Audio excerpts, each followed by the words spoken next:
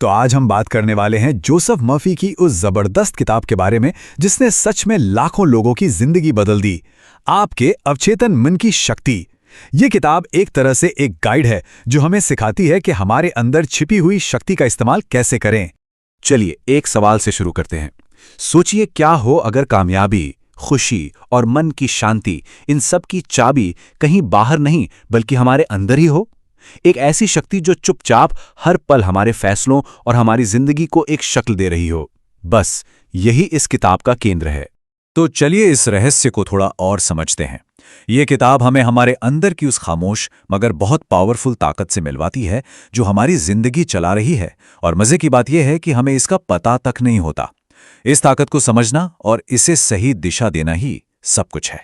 Doctor Murphy का approach ना बहुत ही अनोखा है। वो स्पिरिचुअलिटी यानी आध्यात्म को प्रैक्टिकल साइकोलॉजी के साथ मिला देते हैं। वो बताते हैं कि कोई भी अपनी जिंदगी को अंदर से कैसे बदल सकता है, और ये सिर्फ पॉजिटिव सोचो वाली बात नहीं है, ये उससे कहीं ज्यादा गहरा है। ये समझने के बारे में है कि हमारा दिमाग असल में काम कैसे करता है। अच्छा, अब आते हैं इस किताब के सबसे जरूरी कॉन्सेप्ट पर कि हमारे मन के दो हिस्से होते हैं। इसे समझाने के लिए मर्फी ने एक बहुत ही सरल लेकिन दमदार उदाहरण दिया है। मान लीजिए हमारा जो कॉन्शियस माइंड यानी चेतन मन है वो एक माली की तरह है। वो सोचता है, तर्क करता है और ये फैसला लेता है कि कौन से विचारों के बीज बोने हैं। और हमारा सबकॉन्शियस माइंड यानी अवचेतन मन एक उपजाऊ बगीचे की तरह है। उसे जो भी बीज मिलता है वो उसे उगा देता है, चाहे वो अच्छा हो या बुरा। वो कोई भेदभाव नहीं करता, बिल्कुल भी नहीं। और एक बात याद रखने वाली है, अवचेतन मन कभी बहस नहीं करता। वो बस दिए गए ऑर्डर को फॉलो करता है। मतलब हम जो भी विचार और विश्वास लगातार अपने मन में रखते हैं वो हमारे सबकॉन्शियस पर छप जाते हैं और आखिरकार हमारी जिंदगी की हकीकत बन जाते हैं। तो सवाल ये है कि भाई इस बगीचे की देखभाल की कैसे जाए। अच्छी बात यह है कि ये किताब हमें कुछ बहुत ही असरदार टूल्स देती है जिनका इस्तेमाल करके हम अपने अवचेतन मन को पॉजिटिव बदलाव के लिए तैयार कर सकते हैं। ये हैं वो 4 मेन टूल्स। पहला, पॉजिटिव विचार, क्योंकि यही तो वो बीज हैं जो हम बो रहे हैं। दूसरा, अटूट विश्वास, सिर्फ चाहने से काम नहीं चलेगा, मानना पड़ेगा कि ये हो सकता है। तीसरा है अफर्मेशंस, यानी शक्तिशाली सकारात्मक वाक्य। और चौथा, विजुअलाइजेशन, यानी मन में उस चीज की तस्वीर बनाना जो हम चाहते हैं। ये एक ब्लूप्रिंट की तरह काम करता है। ये समझना बहुत जरूरी है कि हमारे सबकॉन्शियस माइंड की भाषा लॉजिक नहीं, इमोशन है। वो तर्क से नहीं बल्कि भावना और विश्वास से समझता है। जब किसी विचार को बार बार दोहराया जाता है और उसमें गहरी फीलिंग्स जोड़ी जाती हैं तो सबकॉन्शियस माइंड उसे एक कमांड की तरह ले लेता है। जैसे ये एक बहुत ही सिंपल लेकिन असरदार अफर्मेशन है। डॉक्टर मर्फी कहते हैं कि सोने से ठीक पहले का वक्त सबसे कीमती होता है। उस वक्त हमारा चेतन मन शांत हो जाता है और अवचेतन मन के दरवाजे नए सुझावों के लिए पूरी तरह खुल जाते हैं। विजुअलाइजेशन का जादू देखिए।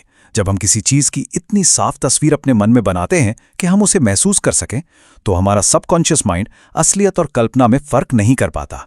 वो उन तस्वीरों को एक सच्चाई मान लेता है और फिर उसे हकीकत बनाने में जुट जाता है। चलिए अब देखते हैं कि यह प्रैक्टिकली कैसे काम करता है। इन सिद्धांतों का एक बहुत ही पावरफुल इस्तेमाल हीलिंग यानी शारीरिक और भावनात्मक उपचार में होता है। किताब सिखाती है कि हमारा शरीर हमारे विचारों का ही एक आईना है।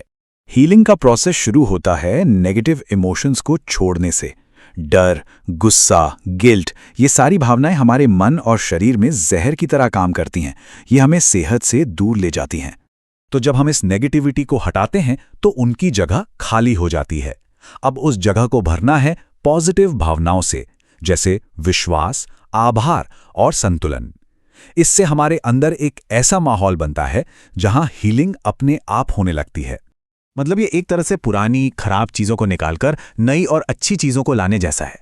जब हम अपने सबकॉन्शियस माइंड को सेहत और खुशी के विचारों से भर देते हैं तो हमारा शरीर उन कमांड्स को मानने लगता है और हीलिंग का प्रोसेस तेज हो जाता है।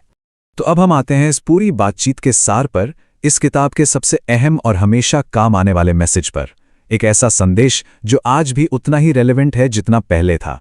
आज की भागदौड़ भरी जिंदगी में हम अक्सर अपने प्रॉब्लम्स के सलूशन बाहर ढूंढते हैं, है ना? लेकिन ये किताब हमें याद दिलाती है कि असली और टिकाऊ बदलाव की शुरुआत हमेशा अंदर से होती है। ये हमें अपने विचारों और विश्वासों की जिम्मेदारी लेने के लिए कहती है। अगर इस पूरी किताब की फिलॉसफी को एक लाइन में कहना हो तो वो ये है। ये एक बहुत ही सरल लेकिन गहरा सच है कि हमारे पास अपने विचारों को चुनकर अपनी हकीकत को बदलने की ताकत है, और ये ताकत कहीं बाहर नहीं, हमारे अपने मन में है। आपके अवचेतन मन की शक्ति हमें सिखाती है कि जिंदगी में क्लैरिटी, आत्मविश्वास और सच्ची शांति पाने के लिए हमें अपने सबकॉन्शियस माइंड से लड़ना नहीं है, बल्कि उसके साथ टीम बनाकर काम करना है। तो आखिर में सवाल सिर्फ एक ही है, ये शक्ति तो हमेशा से हमारे अंदर थी, अब इसका इस्तेमाल कैसे किया जाएगा?